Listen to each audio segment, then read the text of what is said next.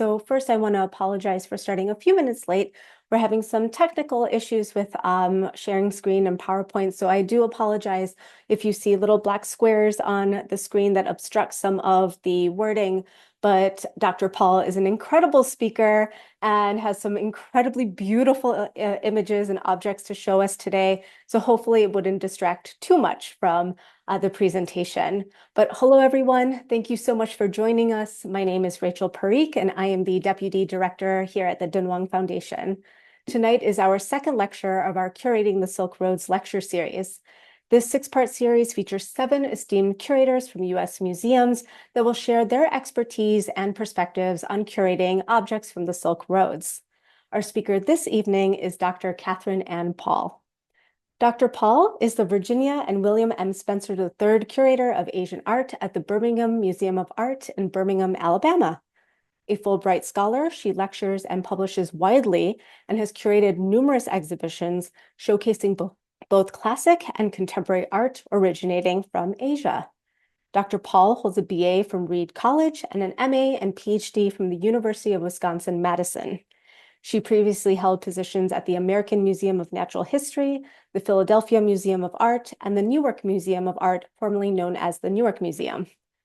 Currently, Dr. Paul is preparing to open 2 exhibitions in 2025, next year. The first is Envisioning the Hindu Divine, Expanding Darshan and Manjari Sharma at the San Antonio Museum of Art. And the second is Silver and Ceremony of Southern Asia, 1830 to 1930 at the Birmingham Museum of Art. Her lecture tonight is based on the latter and is entitled When Silver Surpassed Silk, Continued Maritime Trade in the 19th Century. Dr. Paul, thank you so much for speaking to us tonight. Thank you, Rachel, and thank you, everyone. Apologies for our delay. I really appreciate the invitation to be here tonight, and I want to thank you, Rachel, and the Dunhuang Foundation for all your amazing work and for inviting me to speak here today. I also want to thank Harish K. Patel, whose generous donation of most of the silver, or almost all the silver I will show you tonight, is a donation that Mr. Patel made to the Birmingham Museum of Art in 2022 and 2023. And thanks to this donation, he helped invite me down the spectacular rabbit hole that is silver history, and to which I am now thoroughly addicted, as I imagine you all will be too, hopefully after this chat. As advertised, this illustrated lecture examines a 19th century silver revolution, and it discusses silver's role in the transformation and consumption of once rarefied goods to those taken for granted daily around the world. And I'm going to start the talk with a little promo, and let's see. There we go. Number 1, the book release coming in April 2025. We will be having a wonderful book published by Giles and the Birmingham Museum of Art of the entirety of the collection. And so part of the talk tonight is a preview of aspects of that book, which have a number of wonderful contributors. We also will have an exhibition that opens next year in June 21st to November 30th. And what I'm going to show you in 4 short slides are just peeks at how that exhibition will be organized. So beginning with what is less discussed in 19th century silver is we'll look at religious arts and silver of South Asia. And what I hope you can glimpse, but we will get into in more detail into the talk, is the diversity of religious arts that are really well represented within the silver collection. And in the exhibition, we will relate them to different forms of textiles and other paintings, other contextual information that enriches and informs what the silver does. Another section will be the sensorial arts, so thinking about your 5 senses: sight, smell, taste, touch, and not so much sound, because we're not really working with silver instruments, but of course silver instruments exist there. The next section of the exhibition will look at aspirational arts, thinking about how one is trying to improve oneself or improve the world around us in whatever the word improve means in these ways. So we have horse racing and bureaucratic improvement or professional improvement. as well as christening cups and the like. And the final section of the exhibition that I'll talk about less here is revivalism in silver arts, and really looking at silverwares that were being made in one part of the world, in this case in Southern Asia, but that could relate to revivalisms that existed anywhere else in the world throughout any previous history in time. So with that, I'm going to do a throwback. And throughout this presentation, there will be little throwbacks to the Dunhuang Foundation, because of course, nothing is particularly new under the sun. And we're looking here now at several cups from the Tang period that really demonstrate silver's role in promoting a new commodity, a new way of drinking, a new shape, new to China, at least in this time, which was grape wine. So we have a stem cup of one sort, as well as these two handled cups, one presumably Sogdian, the other Chinese, and really thinking about the role of trade along the Silk Road and through Dunhuang to really bring grapes and winemaking, as well as the silver, as well as the traders, as well as that internationalism. And that's really the touchstone for how we're going to look at all of this silver in a different way tonight. So starting with Judaism, which of course also exists in Dunhuang, looking at these goblets, not just as goblets, but potentially as Kiddush cups. And the Jews arrive in India as early as 722 BCE. So we really have to think about vessels and their function in the context of silver and this exhibition and presentation tonight. Zoroastrianism, which we also find in Dunhuang. Zarathustra lived in the 6th century BCE, so pretty much a contemporary of Buddha and the early Jain thought partners. And we have these spectacular Zoroastrian silver vessels in the Patel collection here at Birmingham. From the 8th to 10th century, many of the Zoroastrians became known as Parsis as they migrated into India, and these were all silver vessels made in India for Zoroastrian Parsi communities within India. Of course, Buddhism is huge for Dunhuang, and Buddhism is also important in silver. And in these cases, these Buddhist vessels are largely for Buddhism as practiced in what is present-day Myanmar. And Buddhism really becomes the state religion of the Pagan kingdom of what is now central Myanmar, as we see through these vessels. So Jewish Kiddush cups do not remain Kiddush cups alone, because they also become Christian chalices. And Christianity arrives in India as early as 52 CE. And of course, we find Christian material at Dunhuang as well. But in South Asia, St. Thomas really arrives as early as that. And so thinking about Christianity as being a very early arrival that is revived in the silver way in the 19th century. And that is true not only within South Asia, but I wanted to put up a Chinese 19th century chalice or goblet. And then that throwback to that early Tang stem cup. So looking at this elongated stem cup, but still having so much surface decoration of the silver to really connect that concept. We have Islamic influences in this amazing Patel silver collection, including, of course, this fabulous, very high relief ewer from Lucknow, and also a mashal or a candlestick potential holder on the left side. Islam arrives in the 8th century in India, and of course, can arrive through trade and as well as many other ways of coming in. So we find this pervasive within South Asia. But of course, all of those religions are predated by Vedic and Hindu traditions within South Asia. And fortunately, the Patel collection has amazing material of silver from Hindu religious ceremony. But a lot of this talk is going to focus less on that religious material and more on the type of trade that is coming back and forth, really starting with pepper. One of the things that I think most people eat multiple times a day and don't really think much about. But of course, in 50 CE is when pepper is exported from South Asia, where it is indigenous, and to the Roman Empire. And from the 15th to the 17th centuries, European fortunes are just made in pepper, and it's a major reason why Europeans are trying so desperately to get to parts of Asia is to acquire pepper. But by the 19th century, pepper is successfully transplanted to multiple parts around the globe, and therefore pepper depresses in its own value, and pepper shakers become more and more popular because pepper is less and less precious, which is why we can now take for granted pepper free with any fast food. But silver really showed how precious that pepper once was.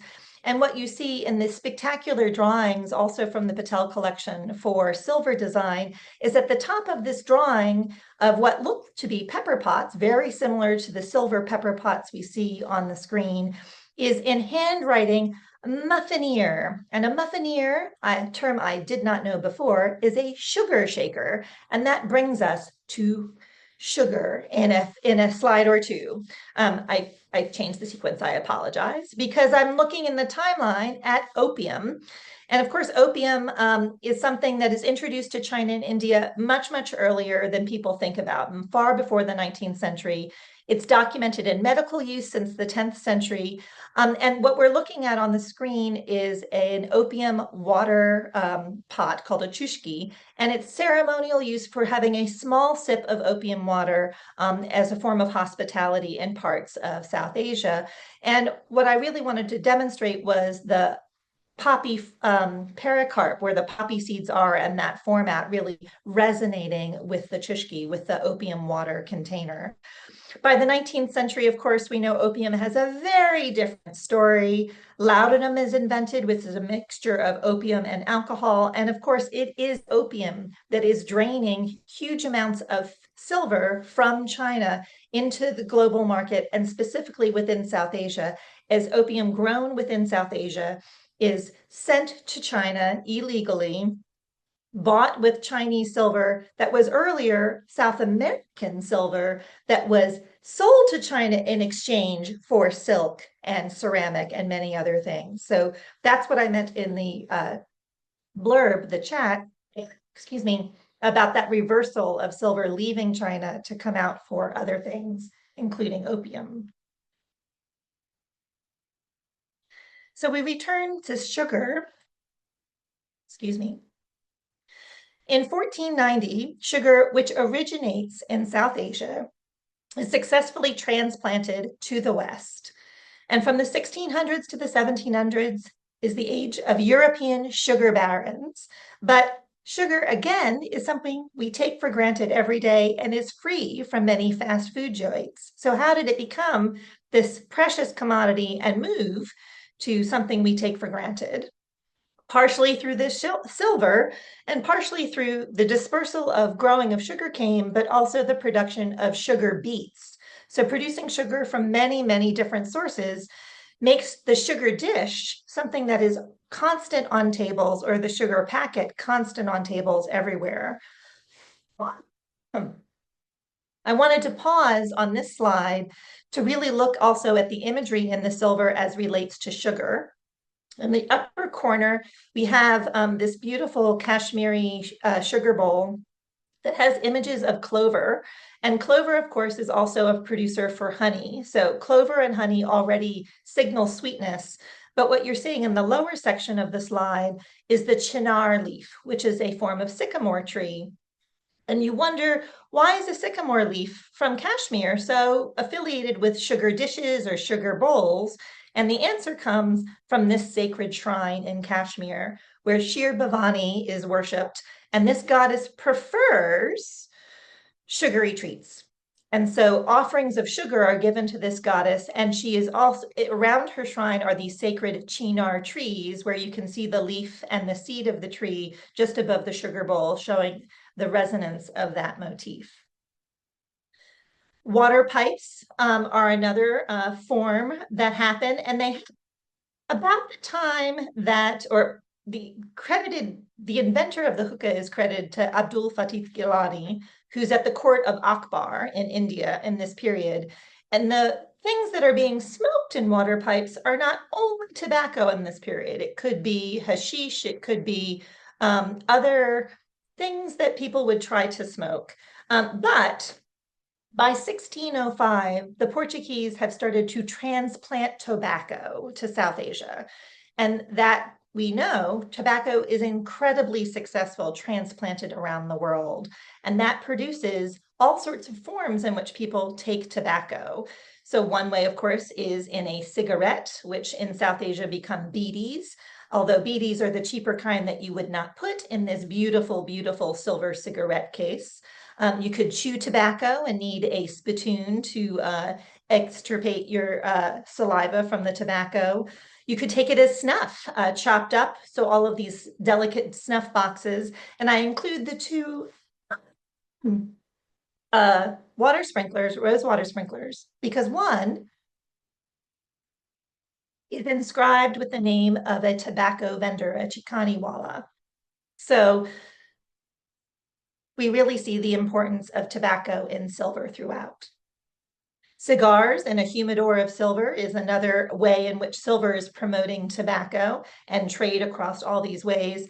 And this particular humidor really also shows off how silver is meant to be handled constantly. So we see if you are opening up your humidor to take out your fabulous cigar, that you can reminisce perhaps about past hunts where your dogs cornered a boar, or whether you came across a bear and a monkey, or even your hounds took down a stag. So these boxes are also meant for luxury and reminiscence, where the hunt is very elite. And therefore, smoking cigars is very elite, certainly something that continues to this day.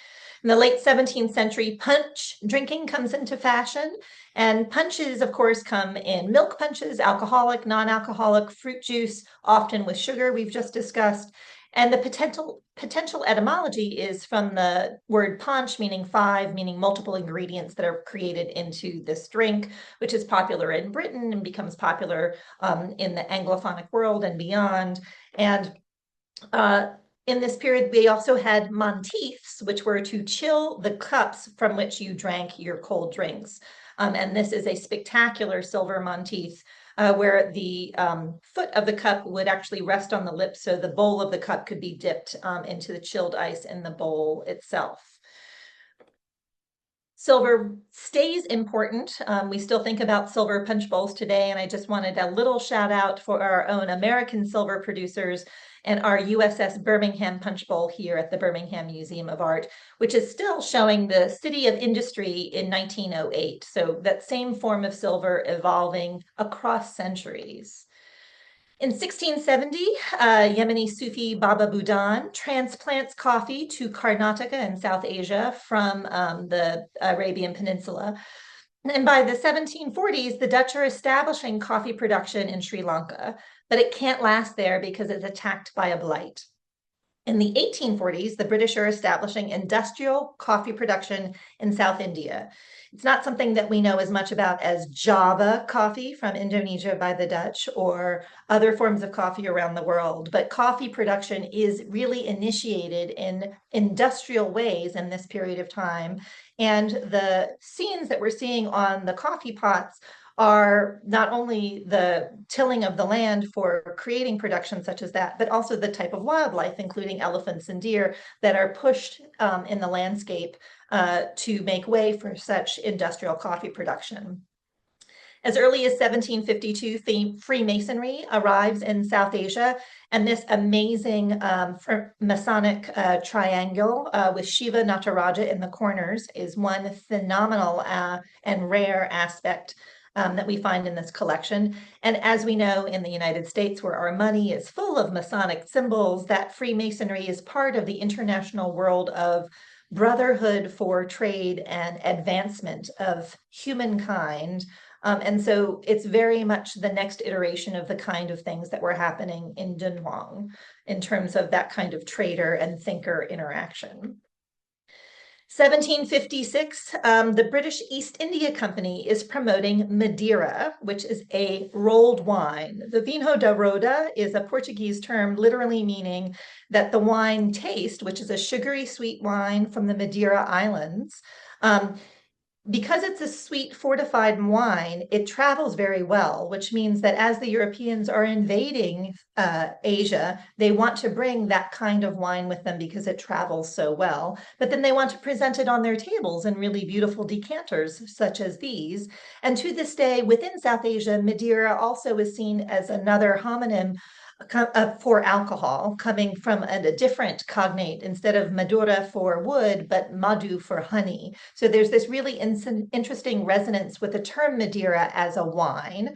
And in the 1830s and 1840s, vineyards become established in Australia and New Zealand by speculators. And as we know now, of course, that they're very famous for their wines. But if you think about a British center that is oftentimes at war with France, where most of their grape wine is coming from, they're super excited to produce wine elsewhere for all of their global potential consumption of wines, Madeira and not Madeira. And remember, grape wine was an earlier Chinese interaction in the silver and in the consumption of transplanting the grapes from Sogdiana into China along this Silk Route. So this is not something new, but a later iteration. In 1858, we have tonic water combined with quinine, which is encouraged to drink in South Asia to combat malaria, which is the invention of the gin and tonic. It also is a whole amount of cocktail culture that develops in South Asia and around the globe, starting in this period and later. So the spirit measure, double-sided spirit measure, is one of those aspects to that cocktail culture. But there's a whole variety of language within South Asia that really talks about this type of drinking culture. So the chota peg, which means a small amount or a small drink that one has, a sundowner, a drink that's drunk at sundown. But the other thing, of course, that boons cocktail culture in the early 20th century is prohibition in the United States. And I want to pause 1 second at this amazing ewer with this fabulously weighted handle. It is for a distilled liquor rather than a wine, because the way the stopper works and the narrowness of the spout is really to keep that distilled liquor from evaporating, as opposed to the wine jugs that are really decanting and allowing a wine to breathe. So it's really interesting and important, of course, to pay attention to the functionality of all these vessels to really understand their functions better. But we find one function in a Chinese silver, potentially useful during Prohibition, is this sneaky little flask with a dragon where you can pull out the bottom part of the flask as the cup, rather than drinking only from the lip. So really thinking about that kind of cocktail culture intersecting with silver, but not just hard liquor. Indian Pale Ale, perhaps you've heard of it, an IPA, that's also invented in this period in the 1820s. And it's because the hoppy beer that is initially shipped with troops from Britain invading South Asia, the ale improves as the rolling of the boat moves and as the temperature changes from the icy waters of the North Atlantic to the warmer waters of the Indian Ocean. And that really generates this huge beer drinking culture in a different way for British troops in South Asia, partially because beer is a form of liquid bread and it is very nourishing. But the idea that Indian Pale Ale is so divorced from South Asia itself really demonstrates again how successful the marketing of this ale is. And this massive, I'm calling it a beer pitcher because there's no reason to think it's not potentially a beer pitcher, especially when you compare it with the Peter Orr & Sons illustrated mail order catalog in the lower left that shows a marked annotated beer mug that is being offered, that has a very similar resonance to the fabulous picture on the opposite side of the slide. The cup at the top is a beaker, and we know that silver is highly conductive, so you would not have a hot drink in a beaker like this. So you could have beer, or you could have other room temperature or colder drinks. But another thing that really happens in the same period that really launches this silver in a whole revolutionary difference is the introduction of a uniform penny post, which creates a mail order environment for Montgomery Ward and Sears Roebuck and many other mail order environments. It also is the introduction of department stores like Harrods and Liberties of London. Those stores sell things like Coleman's mustard, which is established in 1814. Fortnum and Mason is also established it's established earlier, but it really grows much more rapidly in the 1850s as it wins British Army supply contracts. But what we're looking at the center is a mustard jar with a running bore around it.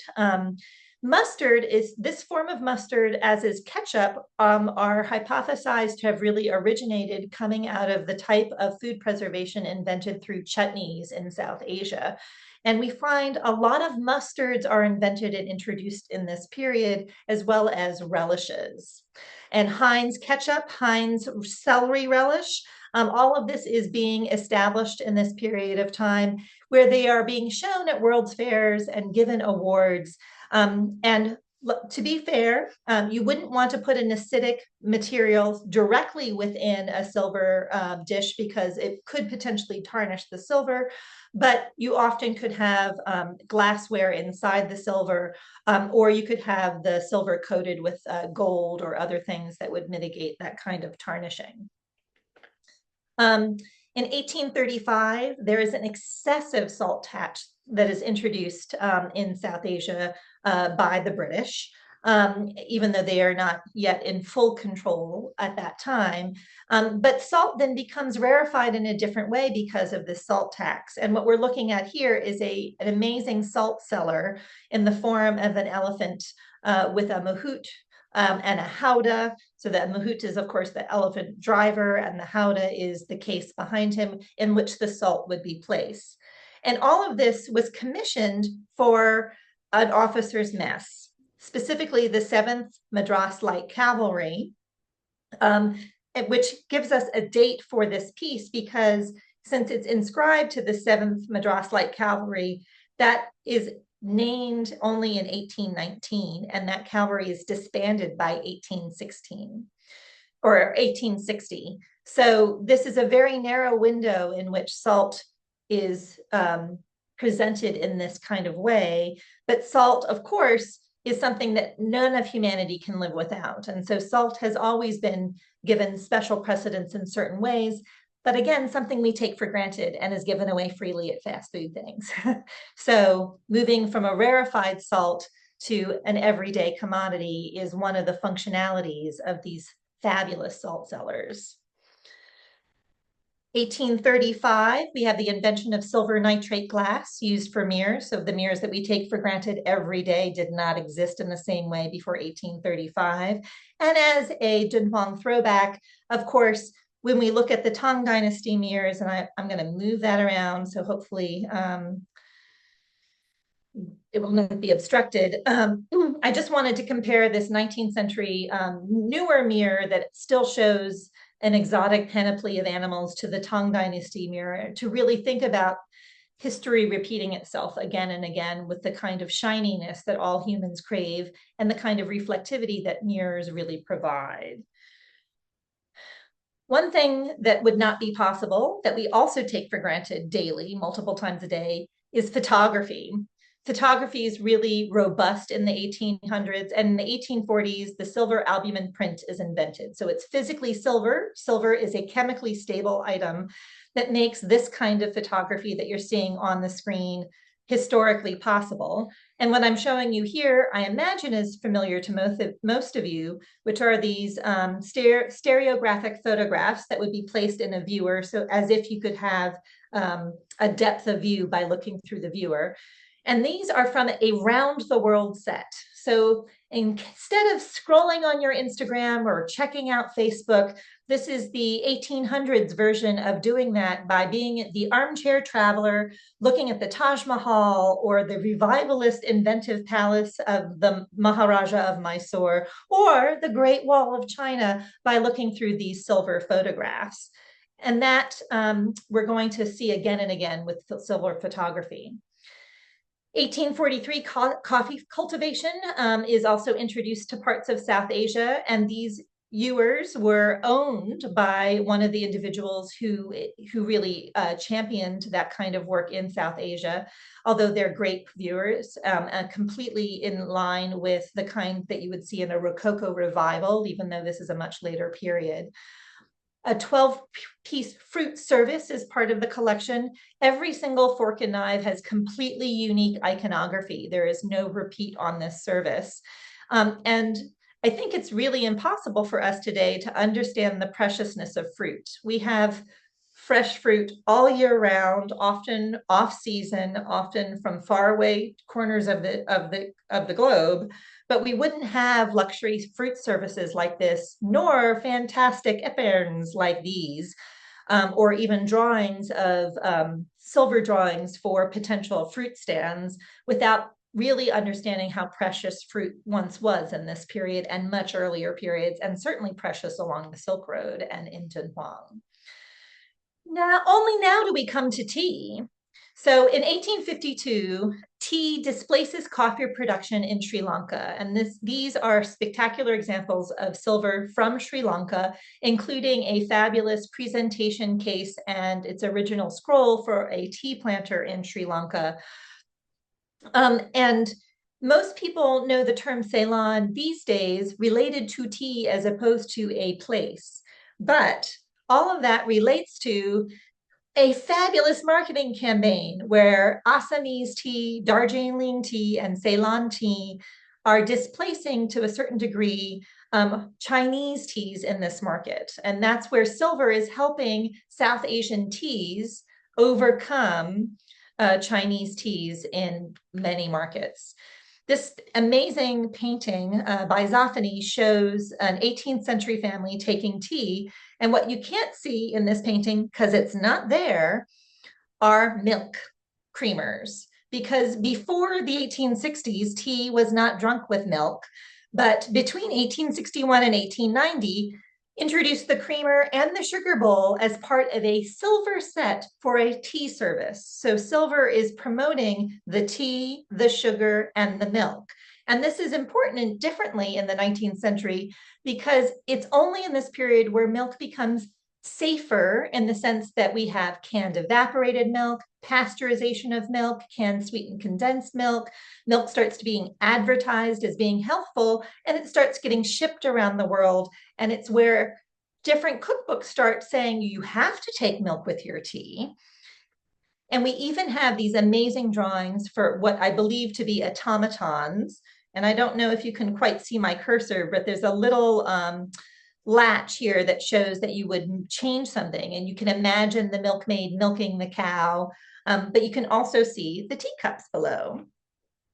But these teacups are really untouchable because if you were to put a hot drink in them, it would burn your hand to hold the handle. So these in many ways really are presentation cups, or they're silver cups that again would hold a glass within the silver, but they do beautifully correlate to the drawings for the cups in this slide. What we also find that makes all of this silver possible is the construction of railroads. And these pieces of silver, this amazing beer mug that has a huge number of engineers who constructed the line between Allahabad to Jubbalpur, as well as this phenomenal pair of presentation cases for a railroad station master, and all of the service that he provided for his 30-year career in the railroads in South Asia. And on the top, hark back to photography, we actually see illustrations of two railway stations. The Colaba station no longer stands like this, but of course, those of you who have been to Mumbai will recognize what was formerly termed the Victoria Terminus. On this platter, we have a dedication to Mr. and Mrs. Young by the YMCA at Nainital.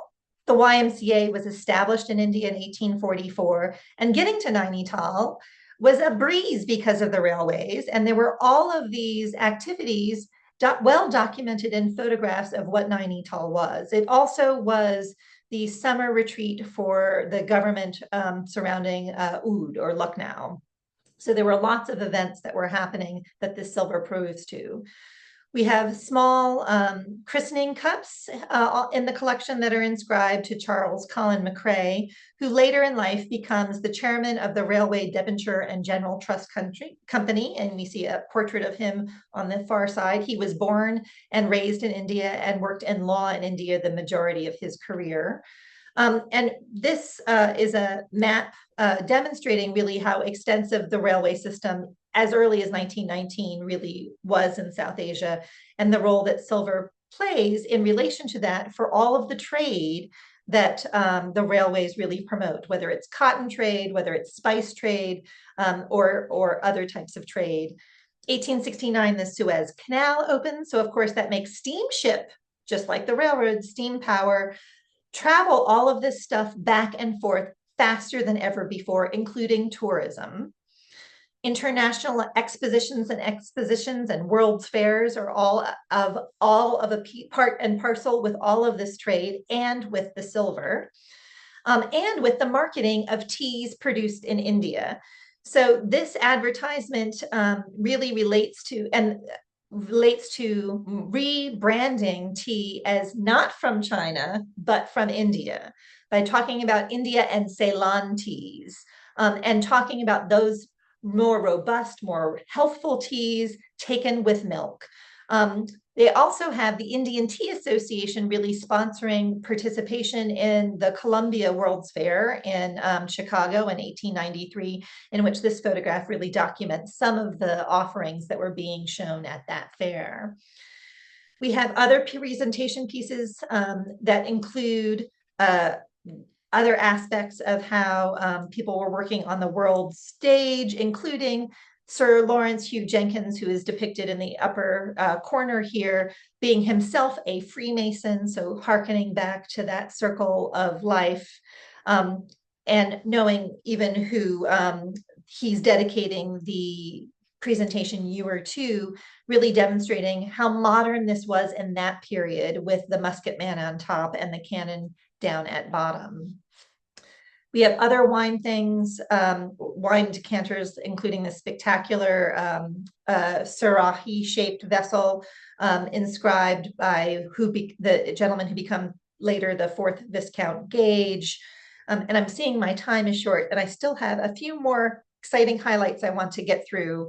So we're just going to go a little quicker, looking at all of the imagery that's really happening on these silver presentation pieces, that even though these red circles are showing you all of the honors awarded to the British battalions, that the centrality of the imagery really remains strongly South Asian and shows absolute allegiance to the visual language of South Asia. In this case, Krishna swinging with Satyabhama and Rukmini, surrounded by gopi cowgirls and a Sharira stick dance, while the circles outside are really peripheral, central and peripheral at the same time. Very interesting use of soft power through this type of silver. We also have a presentation case for a Portuguese ambassador, because of course Portugal was also occupying parts of South Asia in this period.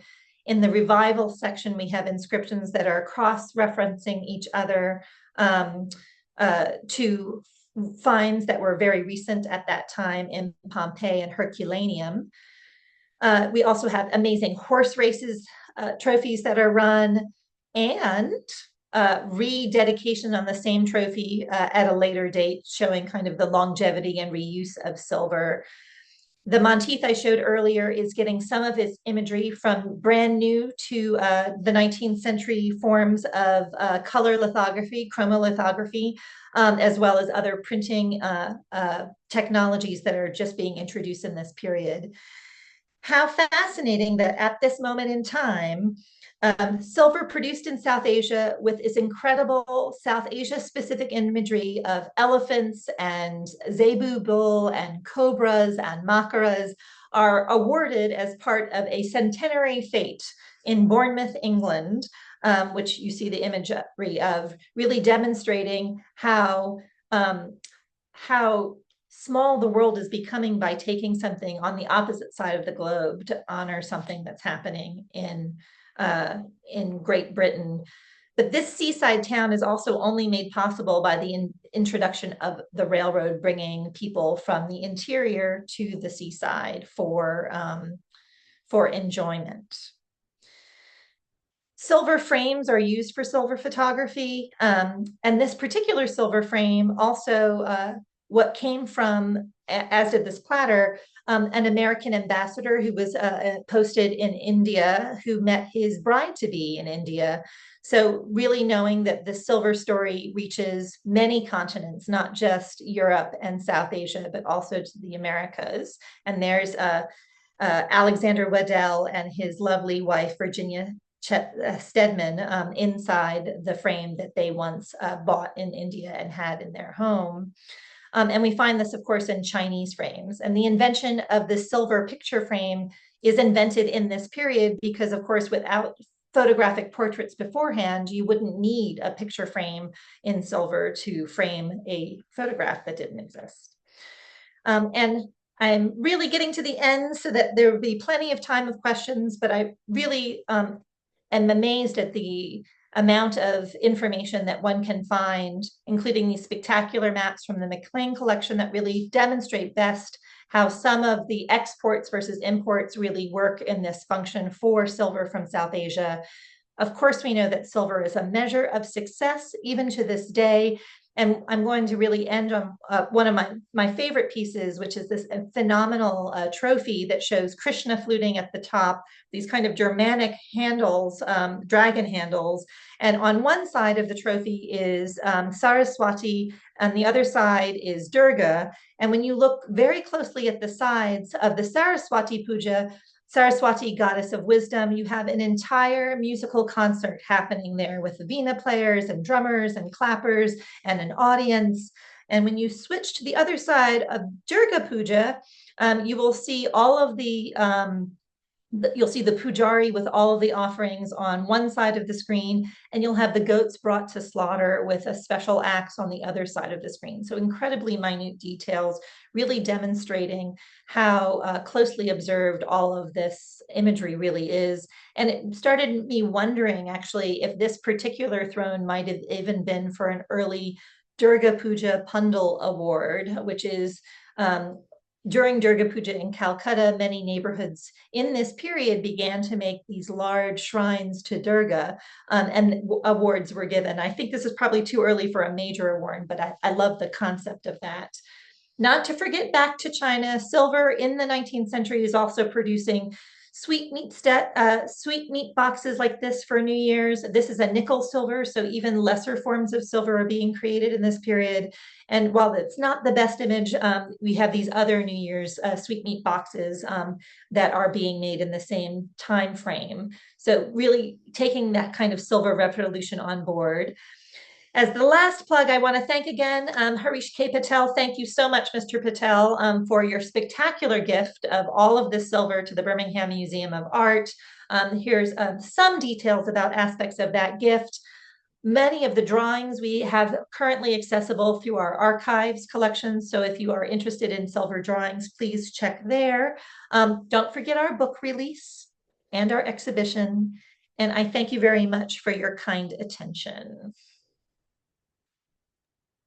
That was fantastic, Dr. Paul. Thank you so much. You really took us on such a visual journey through silver, but I love how these objects represent more than just their function, that they represent consumerism, commercialism, the history of food. I learned so much. Muffineer, never knew that existed, but I feel like because I have such a sweet tooth, I think I need a sugar shaker. But it was just so fascinating to see how silver also affected the presentation of food, how we interact with food, even to this day. But it's also really humbling to hear how much we take things for granted with pepper, sugar, fresh fruit. So I'm going to definitely think twice the next time. Coffee, tea, the list goes on. So mirrors, photographs. it's mind-blowing. But thank you so much. This was just so fascinating. I think I'm going to kick off our question portion with a question for you. These objects really show kind of the intersection of this artistic virtuosity and functionality. And I was wondering if you can talk a little bit about the production of such exquisite objects, and some maybe key players. I've heard of Omersi, but if you could talk a little bit about some of these artists and what was it like to patronize these objects? Sure.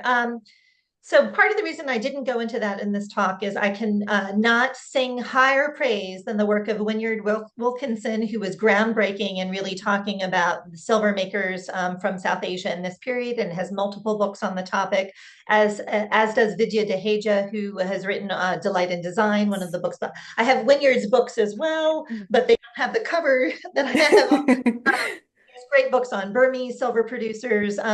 There's multiple ways in which this happens, of course. Silver has been produced by many, many different makers, both incoming makers, Jewish silversmiths who came in, but also silversmiths from many different parts of South Asia and Southeast Asia. So within the collection, we have Kashmir, Calcutta. I'm going to use the older terms: Kashmir, Calcutta, Mumbai or Bombay, Bombay. Madras, Bangalore, Karachi, Sri Lanka, Myanmar, Burma, also some from Guangdong or Canton in the collection.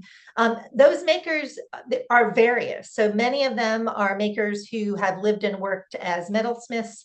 Omersi famously actually was originally from kind of a leather smithing history, as you probably know from your own work, and kind of migrated the arms and armors world into this world of fine silver. But there were also both Scottish and British silversmiths who set their fortunes by leaving Great Britain and moving to South Asia and establishing major houses for silversmithing and jeweler and watchmaking within different parts of South Asia, notably Calcutta and Chennai, most notably.